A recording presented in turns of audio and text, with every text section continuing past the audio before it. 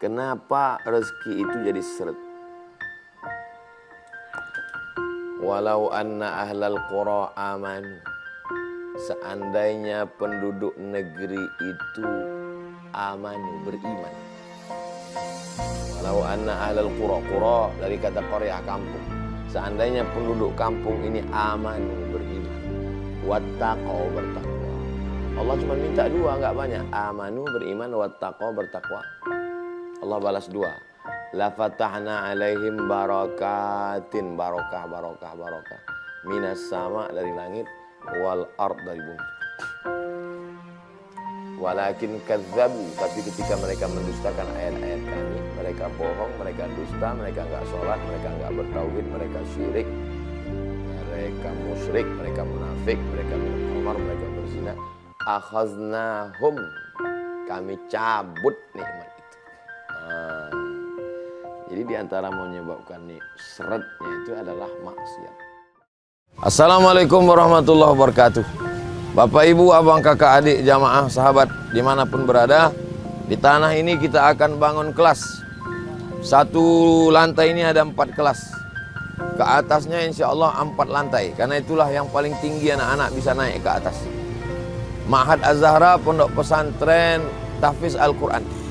Mari kita support pembangunan kelas Ma'had Az-Zahra melalui nomor rekening 767 77 77 227. Sekali lagi 767 77 77 227. Atas nama Pendidikan Hajah Rohana, nomor rekening BSI, Bank Syariah Indonesia. Nomor 767 77 77 227. Atas nama Pendidikan Hajah Rohana. Niatkan untuk almarhumah. 1, 2, 3 sak semen, batu bata, kerikil, kosen, pintu, sampai pahalanya. Karena anak-anak penghafal Quran belajar di sini petang, siang dan malam, mengalir pahalanya sampai hari kiamat insyaallah. Barakallahu fikum. Allah memberkahi rezeki Bapak Ibu semua.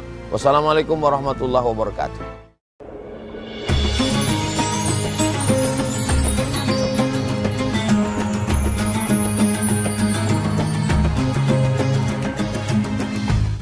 Bismillahirrahmanirrahim. Assalamualaikum warahmatullahi wabarakatuh. Alhamdulillah. Allahumma salli ala Sayyidina Muhammad wa ala ali Sayyidina Muhammad. Allahumma faqihna fid din, dalamkan ilmu agama kami ya Allah. Wa'allimna ta'wil, ajarkan kami pemahaman Islam yang benar. Warzuqna fahmal mursalin, berikan kami pemahaman seperti yang pernah Kau berikan kepada para nabi, wali-walimu, orang-orang yang soleh. Waftah lana futuhal arifin, bukakan pintu hati kami sebagaimana Engkau bukakan untuk orang-orang yang baik. Bang Alvin Firdaus beserta seluruh tim yang ada di Pontianak, tim yang ada di Riau, Bapak, Ibu, Abang, Kakak, Adik, Sahabat Hijrah bersama Ustadz Abdul Somad yang dimuliakan Allah Subhanahu wa taala. Tema kita pada pertemuan ini, sebab rezeki seret, macet, sulit, payah, sempit. Pertemuan sebelumnya kita sudah bahas itu rezeki, bahwa rezeki tidak hanya harta, tidak hanya duit, tapi juga semua kebaikan adalah rezeki. Jadi yang masuk di sini, kenapa kebaikan-kebaikan itu sulit mampir ke kita? Apa penyebabnya? Ini yang akan kita bahas ke depan. Yang pertama adalah manusia itu sendiri yang merubah rezekinya. Surat Al-Anfal ayat 53. Dzalika bi anna Allah lam yakum mughayyiran ni'matan an'amaha 'ala qaumin. Allah tidak merubah nikmat yang sudah Dia tetapkan terhadap sekelompok orang, hatta yughayyiru ma bi anfusihim. Mereka lah yang merubah nikmat itu. Sudah ditetapkan Allah untuk si hamba itu 300 ml. Ini untuk kamu 300. Tapi karena perbuatannya dirubah Allah. Kamu nggak layak dapat 300. Kamu cuma dapat 100. Dicabut Allah.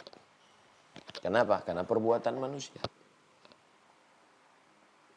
Dzalika bi anna Allah lam yakum mughayyiran ni'matan an'amaha 'ala qaumin hatta yughayyiru ma bi anfusihim. Mereka sendiri yang merubah nikmat Allah Subhanahu wa taala. Jadi jangan katakan Allah kejam, Allah tega, Ya kita sendiri yang membuat nikmat Allah itu menjadi berubah berkurang. Karena perbuatan kita tidak sesuai dengan perintah Allah Subhanahu wa taala. Sama seperti dosen ngomong gini. Insya Allah lokal ini nggak ada yang nilai B. Insya Allah lokal ini nggak ada nilai C. Saya janji nggak ada C.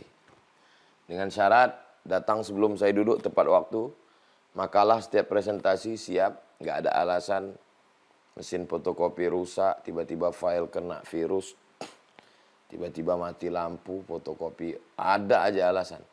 Kalau terjadi seperti ini, awas. Tiba-tiba pas keluar nilai C. Terus komplain mahasiswa. Dulu Bapak pertemuan pertama katanya nggak ada yang nilai C, AB, A plus, A minus, B. Sekarang kok ada yang C? Coba kamu pikir lagi. Siapa yang membuat nilai ini C? Ya Bapak. Iya, memang Bapak yang ngasih nilai C. Tapi kenapa nilai itu jadi C? Datang lambat. Presentasi disuruh buat PowerPoint, nggak ada. Diminta makalah, nggak ada. Katanya sibuk, organisasi, rapat, unjuk rasa. Jadi, lam yaku mughayyiran ni'matan an'amaha ala qaumin. Allah tidak merubah. Hatta yughayyiru ma bi anfusihim, mereka sendiri yang merubah karena perbuatan-perbuatan mereka itu. Ini yang pertama.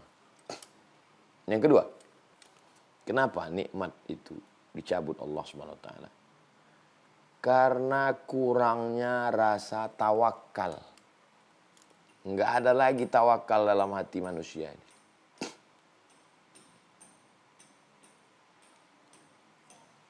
Ambil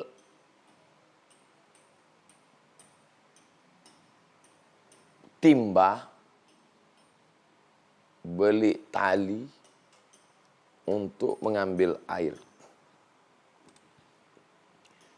Gimana supaya air dapat? Digali sumur. Setelah digali ternyata airnya di bawah. Kalau begitu mesti diambil pakai timba.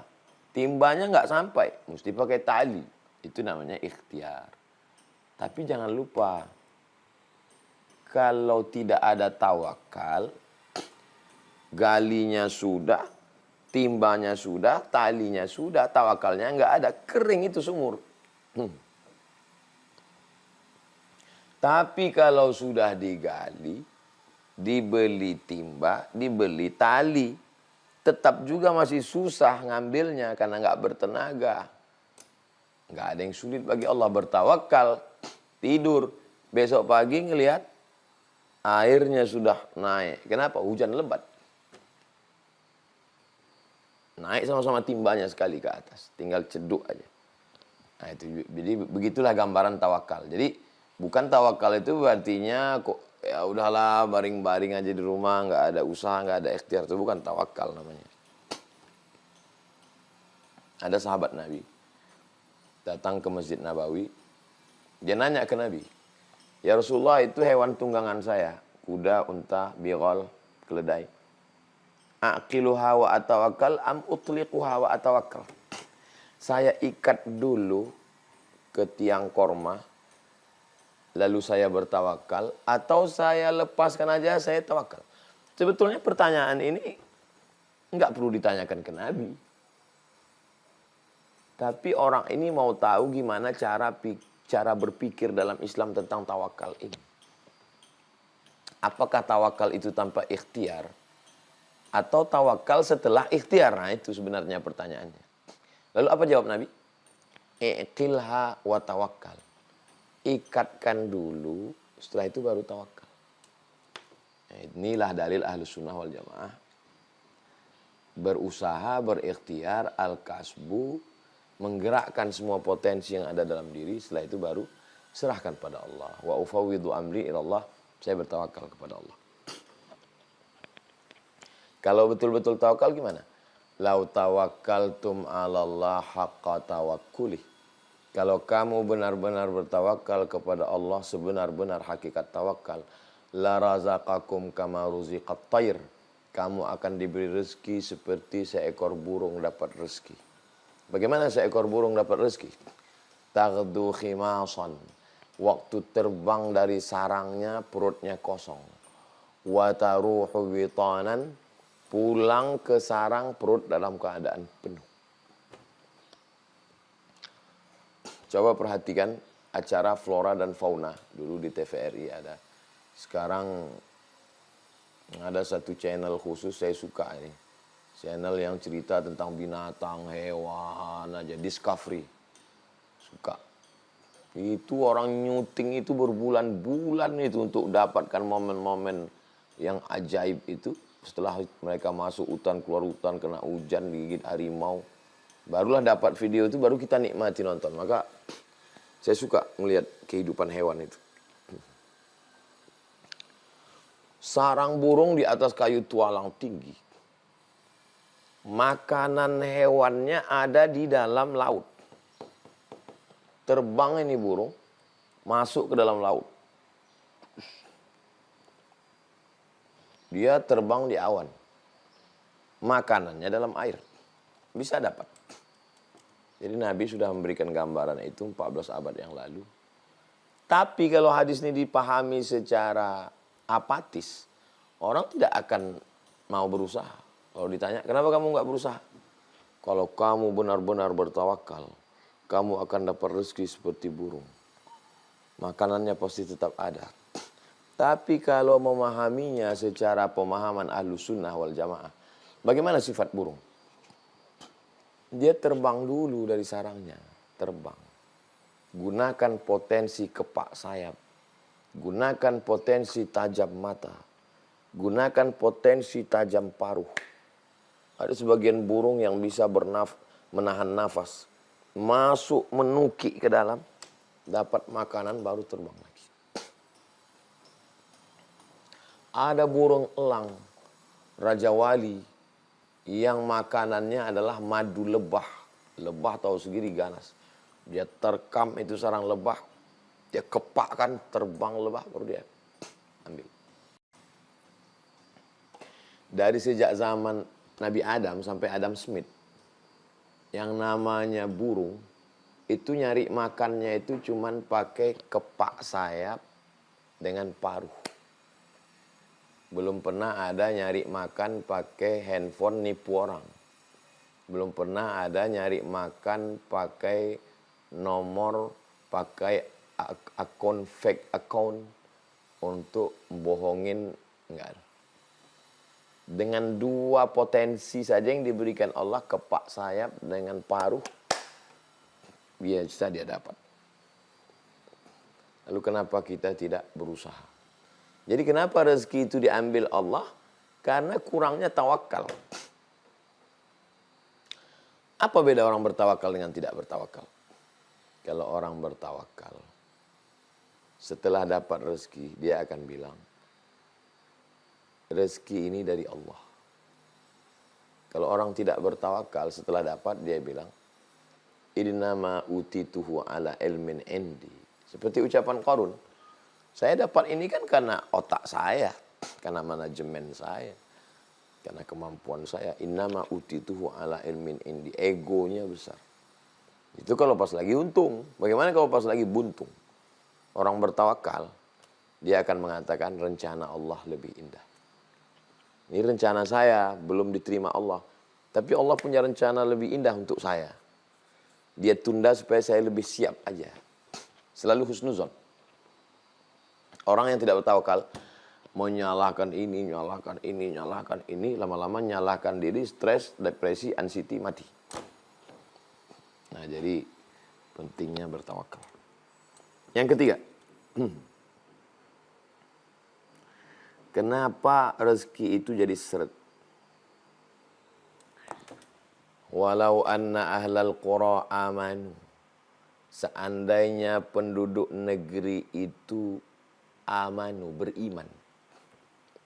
Walau anna ahlal qura dari kata qaryah, kampung. Seandainya penduduk kampung ini amanu, beriman. Wattaqau, bertakwa. Allah cuma minta dua, enggak banyak. Amanu, beriman, wattaqau, bertakwa. Allah balas dua. La fatahna alaihim barakatin, barokah. minas sama dari langit, wal ard dari bumi. Walakin kadzabu, tapi ketika mereka mendustakan ayat-ayat kami, mereka bohong, mereka dusta, mereka enggak sholat, mereka enggak bertauhid, mereka syirik, mereka musyrik, mereka munafik, mereka minum khamar, mereka berzina. Akhaznahum, kami cabut nikmat itu. Jadi diantara menyebabkan nih seretnya itu adalah maksiat. Maksiat ini yang menyebabkan dia tidak mau. Rezeki itu datangnya dari mana? Dari Allah. Makanya masalah rezeki ini kunci satu-satunya kunci masalah rezeki ini adalah tauhid. Tauhid. Kalau orang bertauhid, pas lagi melambung tidak sombong, pas lagi jatuh tidak murung. Kenapa? Karena dasarnya tauhid. Ini dari Allah semua. Ini punya siapa, Pak? Ini titipan dari Allah. Ini rumah, ini titipan dari Allah. Ini mobil, ini dari Allah. Kalau gitu disedekahkan ya, Pak? Ya, kalau gitu cuma ngomongnya aja dari Allah. Kalau memang dari Allah, ya keluarkanlah hak-hak Allah. 2,5% zakat, infak wakaf sodakohnya. Kadang nggak sesuai juga. Gak sesuai antara ucapan dengan perbuatan. Lain di mulut, lain di tangan. Nah, maka di antaranya kenapa rezeki itu macet? Ya karena yang memberi rezeki itu dikhianati. Ketika Nabi Ibrahim alaihissalam naik ke atas kudanya mau kembali dari kota Makkah ke Palestina. Yang tinggal di kota Makkah ini adalah anaknya yang masih bayi namanya Ismail, dijaga oleh ibunya bernama Hajar. Lalu kemudian Hajar memegang ujung jubah Ibrahim. Lalu Hajar bertanya, Allahu amaraka bihadza? Apakah Allah yang menyuruh engkau meninggalkan kami di sini di tanah bukit panas kering kerontang nggak ada apa-apa ini? Allah yang nyuruh.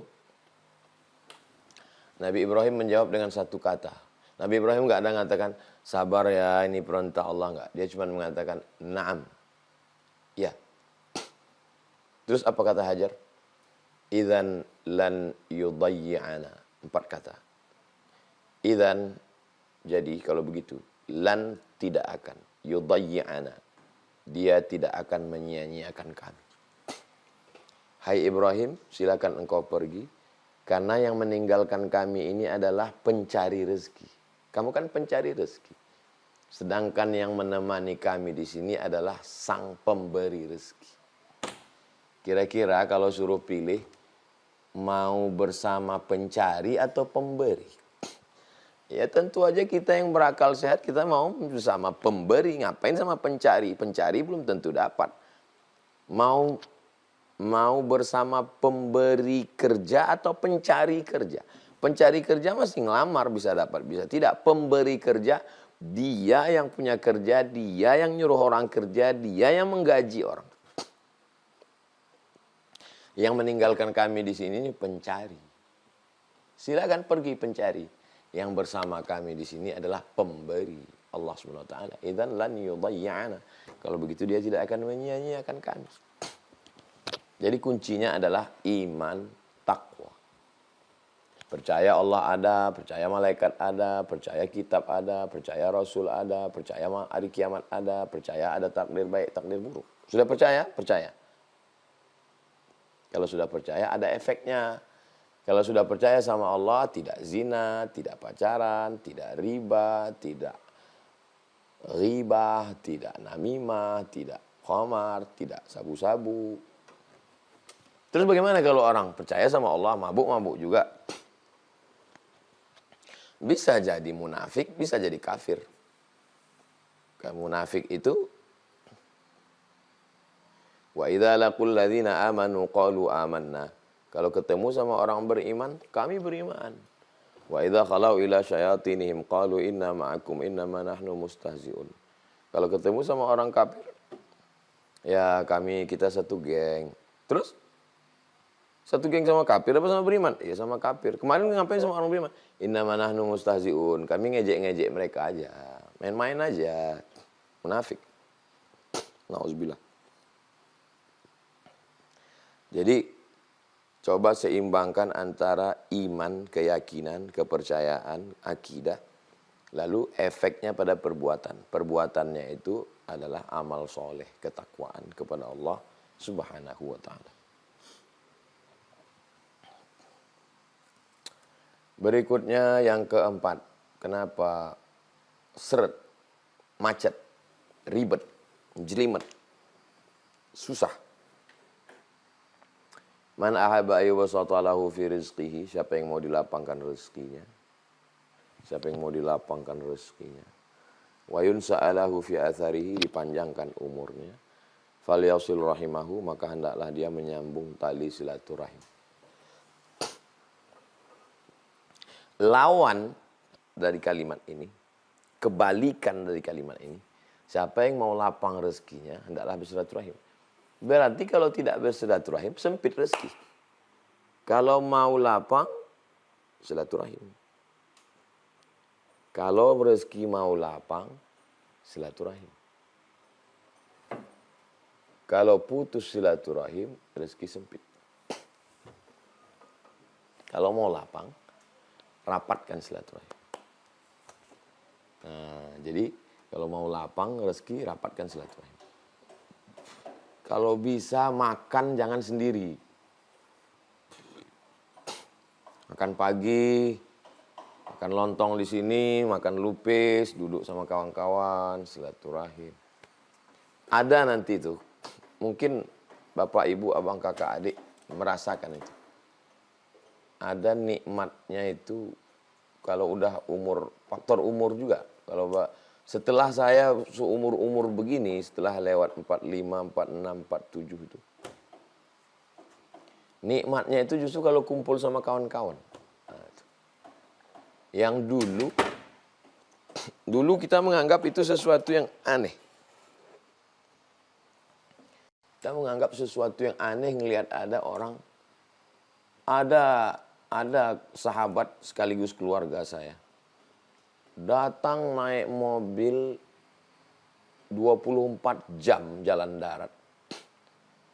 Jalan darat datang hanya untuk duduk ngobrol, bakar ikan, pakai kecap, sambal, ketawa-ketawa, makan, foto-foto, pulang. Ini saya waktu itu aneh, apa ini? Ada acara apa bang? Ya nggak ada. Datang aja.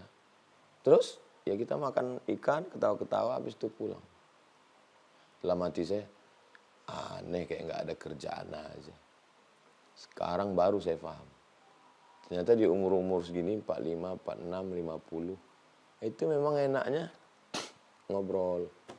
Bertukar cerita, tukar pikiran, silaturahim. Terus yang diobrolin kalau ketika sedang ngumpul itu apa? Jadi manusia ini terbagi pada 3 level. Level VVIP, level kelas ekonomi paling bawah. Orang yang paling atas, paling tinggi, kalau dia ngumpul, kongko-kongko, itu yang diobrolin, yang dibicarakan itu adalah ide-ide. Ide-ide ke depan. Jadi kalau saya duduk sama Ustadz Salim Afidlah, beliau tuh ngobrol cerita gimana supaya dakwah ini sampai ke Merapi Merbabu, gimana cara buat pondok gratis, gimana cara menangani dakwah di pedalaman, binaan sekian puluh dusun. Terus setelah dia bicara turun ke bawah, dia naik ke atas. Gimana dakwah ini bisa sampai ke Eropa. Jadi bicara itu ide. Kalau ketemu Ustadz Lukman Pontianak, gimana supaya 600.000 anak yatim, 600.000 penghafal Quran bisa makan gratis. Yang dibicarakan itu ide. Ketemu Habib Muhammad bin Anis gitu juga. Gimana supaya Arema, gimana supaya pemain basket ini bisa ngaji. Jadi yang dibicarakan itu ide. Orang langit itu ngomongnya ide. Nah, Orang yang level pertengahan itu selalu membicarakan peristiwa. Tadi ada kereta api tabrakan, tadi di tol ada kecelakaan, tadi saya di jalan ada macet itu. Jadi agak ke bawah. Nauzubillah, nauzubillah, nauzubillahnya lagi. Yang paling bawah ini level paling bawah. Level ekonomi itu kalau ketemu yang diobrolin itu bukan ide, bukan peristiwa, tapi yang diobrolin itu orang. Si Anu gini loh, si Anu gini loh, si Anu gini loh, si Anu gini loh. Setelah habis pembahasan, baru lebih detail lagi. Si Anu itu anaknya begini loh, mantunya gini loh, ini loh, detail. Ingat, kalau ketemu sama orang level yang kelas 3 tadi, dia ajak kamu ngobrolin orang. Ketika kamu nggak ada, kamulah yang akan menjadi bahasan obrolan dia. Memang ketika kita ada, dia ngajak kita ngobrolin orang lain. Tapi ketika kita tidak ada, kita lah yang akan menjadi objek pembicaraan. Jadi jangan juga maksud saya ini, jangan juga ini menjadi pembenaran untuk tadi acaranya apa? Ini silaturahim kita supaya rezeki kita nggak seret. Padahal isinya cuman apa yang diobrolin. Mau ngobrolin ide-ide, mau ngobrolin peristiwa atau ngobrolin orang. Kalau ngobrolin orang, say goodbye. Mohon maaf ya, saya kebetulan ada janji. Kalau perlu suruh istri nelpon. Aduh, istri nelpon suruh pulang. Sebentar ya, pulang dulu. Alah nggak jantan, di luar macan, di rumah kucing. Terserah lah mau kucing, mau Hello Kitty, yang penting pulang dulu. Yang terakhir, yang kelima. Kenapa rezeki itu seret? Qillatus sa'i. Kurang usaha, kurang ikhtiar. Coba perhatikan doa keluar masjid dengan doa masuk masjid. Doa masuk masjid, Allahumma ftahli abwaaba rahmatik. Bukakan aku pintu rahmat. Bukakan aku pintu rahmat. Kenapa waktu doa masuk masjid minta buka pintu rahmat? Karena malaikat yang ada di dalam masjid mendoakan, Allahumma fillahu warhamhu, Allahumma fillahu warhamhu, Allahumma fillahu warhamhu, ampuni dia, rahmati dia, ampuni dia, rahmati dia. Maka rahmati aku. Kenapa pas keluar masjid doanya minta doa pas keluar masjid? Coba tengok. Bagus di beberapa pintu masjid dibuat tulisan. Allahumma inni as'aluka min fadlik. Beri aku rezeki. Beri aku rezeki. Beri aku rezeki. Kenapa doa keluar masjid minta rezeki? Karena surat Al-Jumu'ah. Idza qudiyatis shalah. Kalau salat sudah dilaksanakan, fantashiru fil ard. Bertebaranlah di atas muka bumi. Wabtaghu min fadlillah. Carilah karunia Allah Subhanahu wa taala. Tanam padi, tanam gandum, tanam cabai, tanam tomat, tanam wortel, tanam kentang. Ihya'ul mawat namanya. Menghidupkan tanah mati. Orang yang menghidupkan tanah mati tanpa ada pemiliknya, maka dia menjadi pemiliknya dalam Islam. Saya tidak punya bakat bercocok tanam, Pak Ustadz. Berdagang, berniaga. Jual kebutuhan pokok sehari-hari, jual beras, jual gandum, jual minyak, jual roti, jual susu, jual kacang, jual keperluan manusia, kebanyakan jual buku dan segala macam. Maka ini perbuatan-perbuatan ini adalah usaha ikhtiar, tapi tetap seimbang dengan tawakal. Jadi dalam Islam ini kita disuruh berusaha. Makanya ada namanya fikih muamalat. Ada fikih ibadah, sholat, zakat, puasa, haji. Ada fikih muamalat. Bagaimana hubungan transaksi kita pinjam meminjam, namanya dain. Gadai menggadai, namanya rahan. Bagi hasil, namanya mudharabah. Permodalan, namanya murabahah. Nah, ini ikhtiar. Mohon maaf Pak Haji kelihatannya uangnya banyak ini, tapi tidak punya tenaga, kemampuan juga kurang. Iya betul, saya alhamdulillah tenaga ada, mampu, cuman uang nggak ada Pak Haji. Oh kalau gitu kita kolaborasi, kolaps. Oke, saya ngelola ya, berapa kita bagi hasil? Bagi hasilnya, gimana kalau 50-50? Oh kalau 50-50 nggak bisa. Kalau bisa ya saya 60 kata Pak Haji. Kamu anak muda yang melaksanakan 40, oke, deal. Nah, nanti begitu dapat untung 1 miliar, Pak Haji dapat 600, dia yang punya tanah. Jadi ini ikhtiar. Bedanya dulu, tokoh-tokoh agama dulu itu, dia hanya di saumah, tempel. Dibangun satu tempat, nggak keluar, makanannya diantar, minumannya diantar, pakaiannya diantar, pakaian kotor dicucikan, nggak keluar-keluar. Beribadah aja. Ketika Islam datang, nggak ada. Yang begini-gini nggak ada dalam Islam. Coba sebutkan sahabat Nabi yang beribadah aja nggak cari makan. Nggak ada. Makanya Nabi itu inspeksi masuk ke pasar. Nabi masuk ke pasar, memasukkan tangannya ke dalam jualan barang dagangan. Ini kok ada gandum yang basah ditutupi dengan gandum kering. Nabi marah, man ghasyana falaysa minna. Pada masa pemerintahan Umar bin Khattab, diangkat wilayah Hisbah Satpol PP, polisi pasar untuk memeriksa siapa yang belum belajar fikih muamalat, fikih jual beli, nggak boleh masuk pasar karena nanti akan terjadi percekcokan, yang satu ngerti, yang satu nggak paham. Ayat Quran cerita tentang sukatan, takaran, belum pakai timbangan, pakai sukatan, disukat, ditakar. Wailul lil mutaffifin, celaka orang yang curang dalam timbangan. Alladzina idza talu 'alan nasi yastawfun. Kalau dia jadi pembeli, dia maunya penuh, jujur. Wa idza kaluhum aw wazanuhum yukhsirun. Tapi kalau dia yang nimbang, dia orangnya curang. Apa ini? Ya ini usaha. Karena kalau tidak ada usaha, disitulah letak amal, disitulah letak ibadah. Jadi ibadah dalam Islam bukan cuma baca Quran, zikir, sholat sunat, istighfar, tapi juga berusaha cari rezeki yang halal, itu juga adalah ibadah.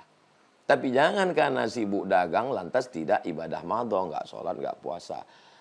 Pas ditanya, kenapa kamu nggak sholat? Sholat juga ibadah, jaga toko ini juga ibadah. Ini nggak benar. Tetap jaga toko. Pas masuk azan, ya suaminya sholat, istrinya jaga dulu. Istri perempuan kan nggak wajib sholat berjamaah ke masjid. Nanti setelah suaminya pulang, istrinya sholat.